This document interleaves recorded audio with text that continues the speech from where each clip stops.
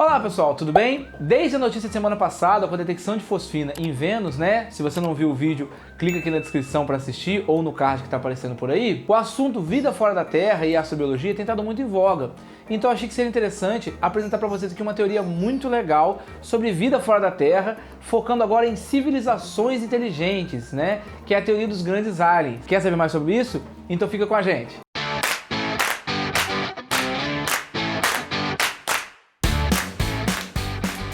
Pois é, a teoria dos grandes aliens, né, que é a teoria que eu vou apresentar aqui, é uma teoria que usa ferramentas de matemática probabilística para tentar estimar como seriam as civilizações alienígenas inteligentes que podem estar habitando o universo aí, caso elas existam, né? Como seria a sua densidade populacional, como seria o seu fenótipo e por aí vai. E antes que vocês perguntem, mas será que dá para fazer alguma estimativa minimamente razoável tendo apenas um ponto para analisar, que é a civilização terrestre?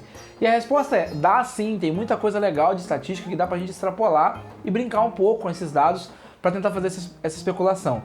E esse é o tema do vídeo de hoje, tá bom? Aqui vai um spoiler. Essa teoria sugere que os aliens, né, as civilizações inteligentes que habitem aí os outros planetas, caso existam, elas teriam uma densidade populacional muito menor que a da Terra, em torno de 10 a 20 milhões de habitantes, e os aliens seriam indivíduos muito maiores que os terráqueos, né, com um porte físico e uma massa corporal muito maior. Daí o nome teoria dos grandes aliens. Mas de onde que eles tiram isso, né? De onde que vem essa conclusão? Vamos lá que eu vou te mostrar passo a passo como é que a gente pode chegar nessa conclusão, tá bom? Para começo de conversa, é preciso que a gente compreenda aqui um conceito muito interessante dentro da estatística, né, que é o conceito de típico. Algo típico é algo comum ou que representa a média. E aí vem a base central da teoria dos grandes aliens, que é a seguinte: um indivíduo típico de uma população não é um representante de um indivíduo de um grupo típico. O que é isso, né? O que eu quis dizer com isso? Calma que eu vou dar alguns exemplos que vai deixar isso mais claro, tá?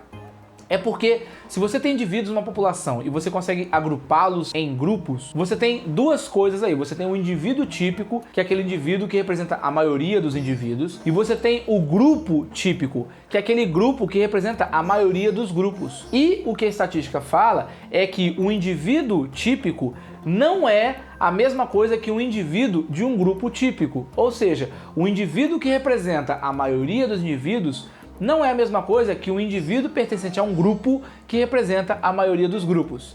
Vamos ilustrar isso com alguns exemplos que vão ficar mais claros. Vamos pegar, por exemplo, times de futebol aqui no Brasil. No Brasil nós temos mais de 200 times de futebol, então o nosso grupo é time de futebol e a nossa população, os nossos indivíduos, são torcedores de futebol. O torcedor típico, ou seja, o indivíduo típico, ele tem muito mais chance, né, probabilisticamente falando, de estar pertencente a algumas das maiores torcidas. Então um torcedor típico, ele tem muito mais chance de ser um torcedor do Flamengo ou do Corinthians, que são as duas maiores torcidas do Brasil. Mas essas duas torcidas, esses dois grupos, não são bons representantes da maioria dos grupos, torcidas, que existem no Brasil. Por quê? Os mais de 200 times do Brasil têm torcidas aí que variam de poucos milhares de torcedores, né? De 10 a 30 mil torcedores mais ou menos. Então, um indivíduo típico, um torcedor típico, ele vai ser melhor representado por um torcedor do Flamengo ou do Corinthians, porque esses são os torcedores mais comuns aqui no Brasil, né? São as duas maiores torcidas do país. Mas um indivíduo de um grupo típico, de uma torcida típica, vai ser um indivíduo que torce para algum desses times que representa a maioria dos times do Brasil. Ou seja, o Bangu, o Friburguense, ou o Bahia, ou o Vitória da Bahia, né? Flamengo e Corinthians são exceção e não a regra, são dois grupos com milhares, milhões de torcedores até.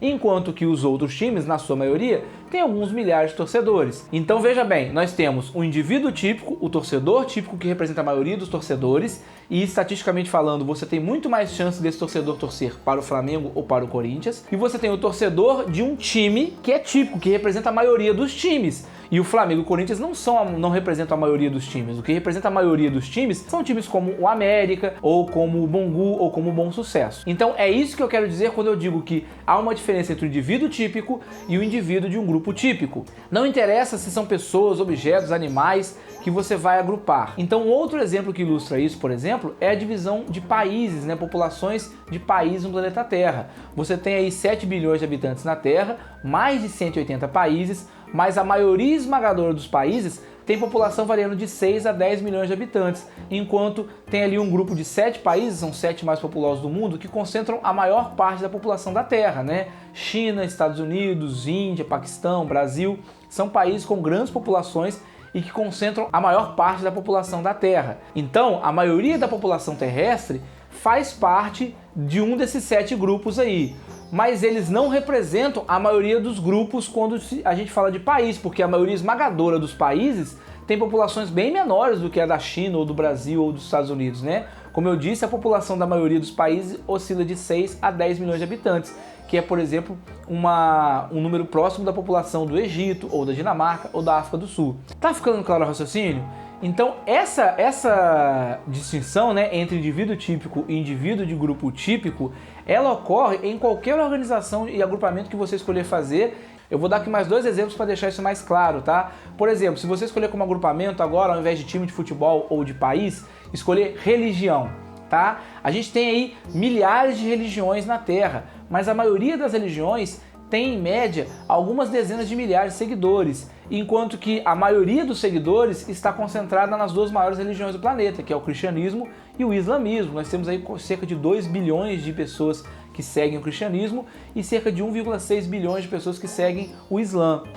Ou seja, um religioso típico é mais provável de ser cristão ou muçulmano, mas um religioso de uma religião típica, ele tem que pertencer a uma das outras milhares de religiões que tem aí poucos milhares de seguidores.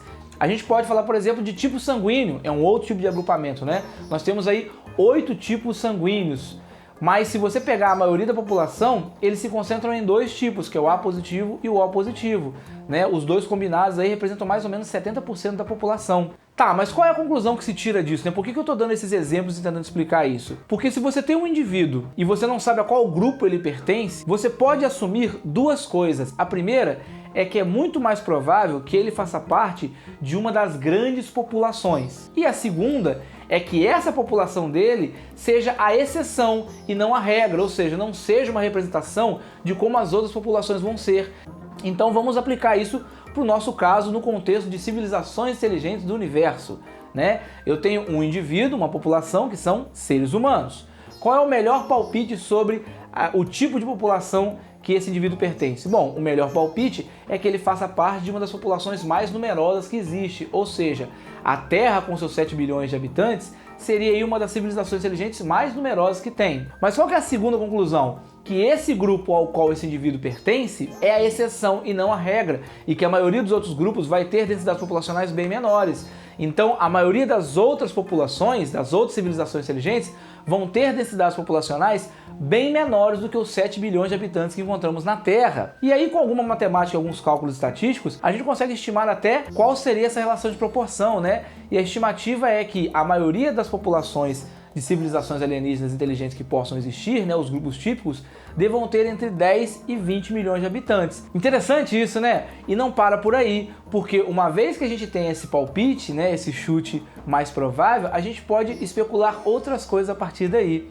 Por exemplo, se você parar para analisar diferentes populações de animais na Terra, você vai perceber que quanto maior o indivíduo, menores são as populações, e quanto menor o indivíduo, maiores as populações. Por exemplo, elefantes. Elefantes são animais muito grandes. E se você parar para analisar, a maioria das populações de elefantes tem aí centenas ou dezenas de elefantes, não mais do que isso. Você raramente vai encontrar uma população com milhares de elefantes. Em compensação, se você olhar para a formiga, que é muito pequena, as menores populações de formigas têm centenas de milhares de formigas, ou seja, menor o animal, maior as populações encontradas, e quanto maior o animal, menores as populações encontradas. Levando isso para o nosso caso estatístico aí da Terra ser uma exceção com 7 bilhões de habitantes e as outras civilizações serem a regra com 10 a 20 milhões de habitantes, então é possível especular que a Terra, os terráqueos, sejam indivíduos de tamanho menor por causa da sua alta densidade populacional, e que a maioria das civilizações alienígenas com menor densidade populacional sejam indivíduos com porte físico muito maior.